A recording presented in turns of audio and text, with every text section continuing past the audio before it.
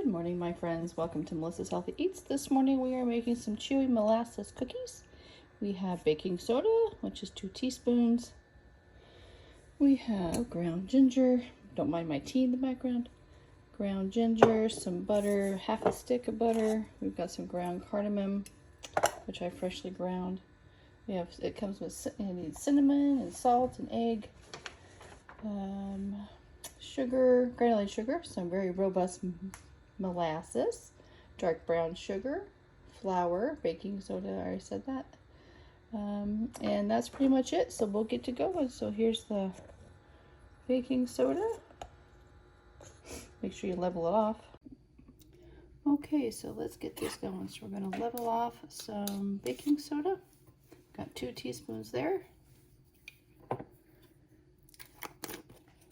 We've got a teaspoon of ginger. These are handy because they're double-sided and they can, it makes it easier to get into tight spaces sometimes with these. So we've got a teaspoon of ginger. And then we need 1.5 teaspoons of cinnamon.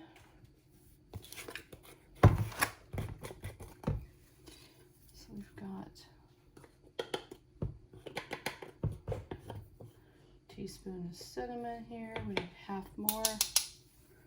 Let me grab these. These are all stuck together, so I have to find the right one, which is great because you don't ever lose them. That's the great thing about them. Half a teaspoon. Oops, just making a mess. That's okay, it's my kitchen. All right, 1.5 teaspoons of cinnamon.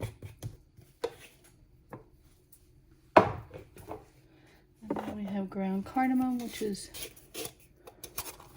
3/4 of a teaspoon. Oh, it's stuck to it. See? Did you see that? It's stuck to it. There's half a teaspoon cardamom. And let me get my half. Well, actually, I have 3/4 a teaspoon. I could use that, but that's okay. Where's my half? My half is missing. That is my half. I need my quarter. What am I doing? Silly girl. Silly, silly me. Alright, now I have the quarter. And there's a 1/4 teaspoon cardamom.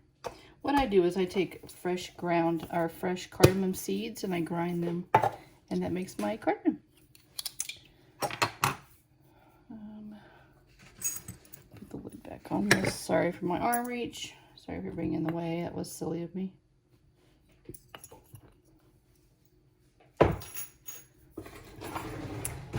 Let's see, we need salt, half a teaspoon of salt. Where's my half teaspoon?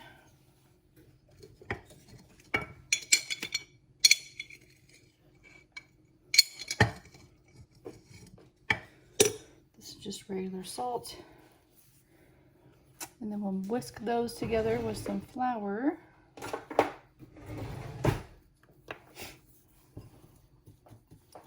And it calls for 2 cups of flour, which I will grab here in just a second. Okay, so to that, all those spices, I added 2 cups of flour, and I'm just whisking it together so that it's incorporated before I add it to the other ingredients, which is butter, brown sugar, white sugar, egg, and molasses.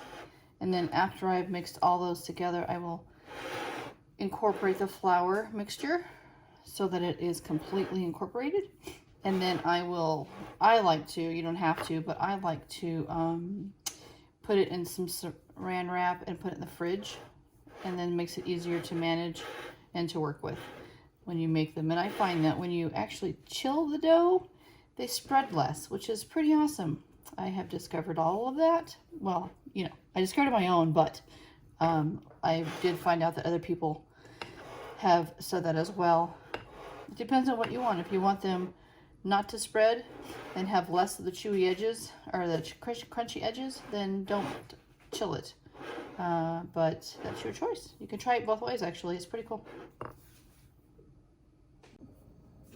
Alright, don't mind the mess in the back. It's all the baking today. My kitchen's a mess because I got stuff everywhere. Anyway, so I'm going to add in 1 cup of butter. This is unsalted butter. It's softened. As you can tell, it's all stuck to my fingers, my hands.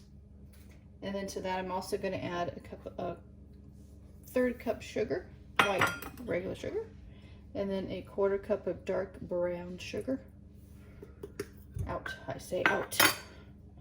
And then 1 egg. No egg. And then I will mix that a smidge actually. And in here I have dark molasses. This is called treacle. It's from England. I'm trying to use it up this year. So woo! As you can see, it was really in there. It's a lot of treacle. Look at all that. It's really dark, good, yummy molasses. But you can use any kind of molasses. And it calls for, I'm using a recipe from online. I can post it at the bottom if you'd like. It's from Bon Appetit. But I like this recipe, and my husband likes chewy, dark cookies. So this is a 1/3 cup of dark molasses. Look how dark and luscious that is. It's beautiful. It's so yummy.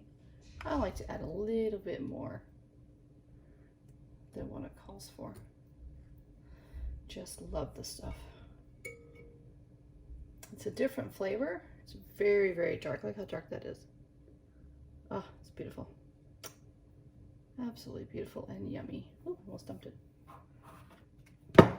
Okay. You can make it easier on yourself by spraying this first, but I didn't because I wasn't thinking until just now. Same with like honey and molasses, carob syrups and stuff. You can add, just put a spray, a coating of spray on it from the oil cup, non-stick spray. Holy crike! And it will help a lot more with getting this out and not struggle like I just did because I'm silly. Anyway, okay, molasses is in. Let's mix it all together. Sorry for the noise. I should have my microphone on, but I didn't think about it this morning. Alright, once that is mixed, I like to make sure it's mixed actually. It looks pretty mixed to me. And then we'll scrape it some to make sure we got all the little bits at the bottom. And after we get the bits out of the bottom, look how dark that is. It's so beautiful. Oh. Then we're going to add the flour mixture. I add about half. Oh, I just made a mess. Anyway, whatever. We'll add about half. Mix it.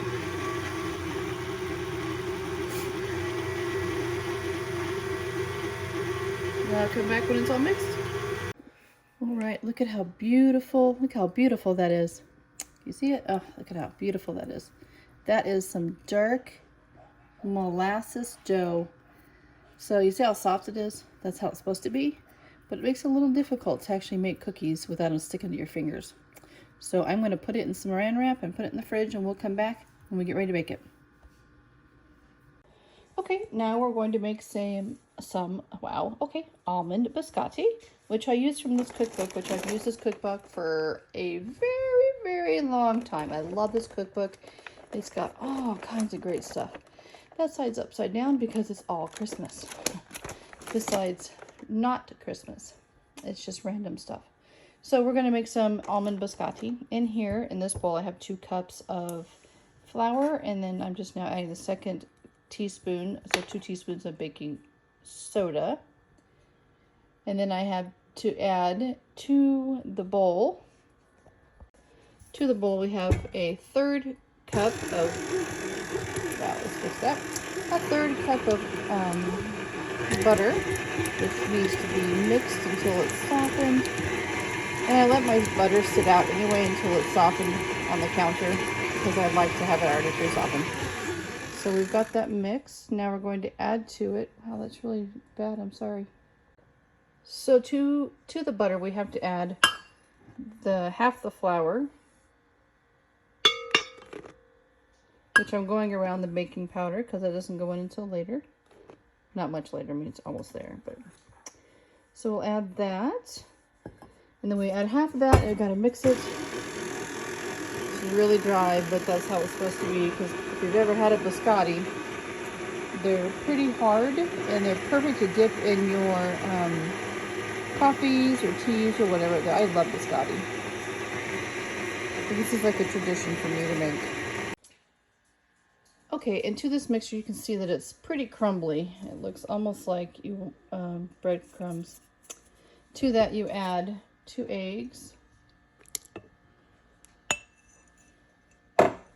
2/3 of a cup of sugar,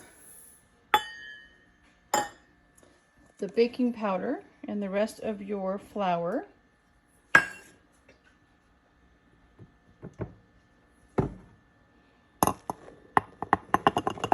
There's that. And then also oops, sorry, that I didn't have even in the screen. And to that you add a teaspoon of vanilla. I like to use my Madagascar vanilla beans that I have made. With Madagascar vanilla beans, I should say. And I put them in rum, and they steep for a very long time. These have been going since 12/2/2020. And then I'll just add that to the mix over here. Excuse all the little snacks back there. My family loves all that stuff. Okay, you can see that this dough is very crumbly. Just how you want it. Very crumbly, like big breadcrumbs. And then you add the 1.5 cups of slivered almonds or hazelnuts, whatever you want to put in, really. I usually use sorry, I had a little oil in there. That oil didn't need to be there, but it was. I don't cut them up smaller. It says you can chop them more. I don't.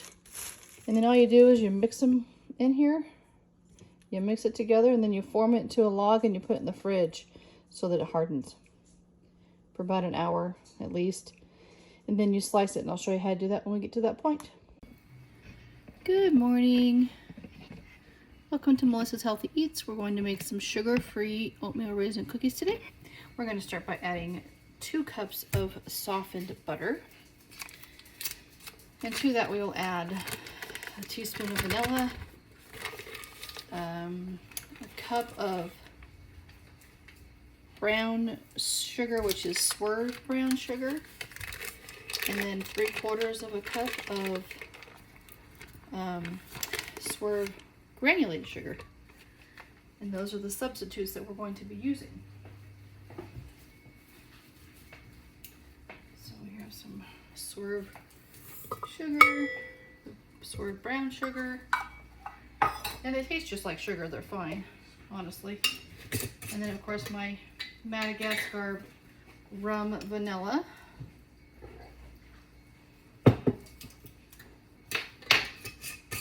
And then we'll just mix that up a bit. And before I started this portion with you guys, I took the flour. You can see here, there's in this mix, there's flour, cinnamon, baking soda, and that's it.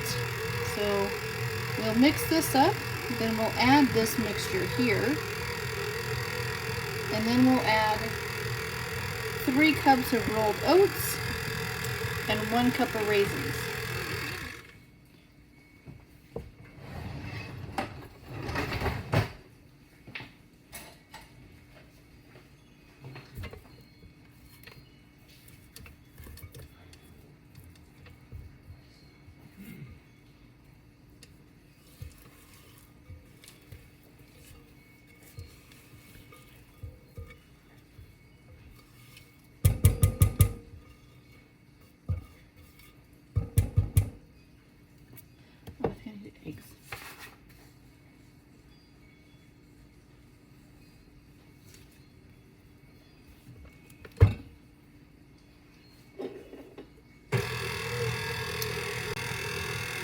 Also have to add 2 eggs to this before you add the flour mixture. 2 whole eggs. Mix them well. That's what's great about having a stand mixer.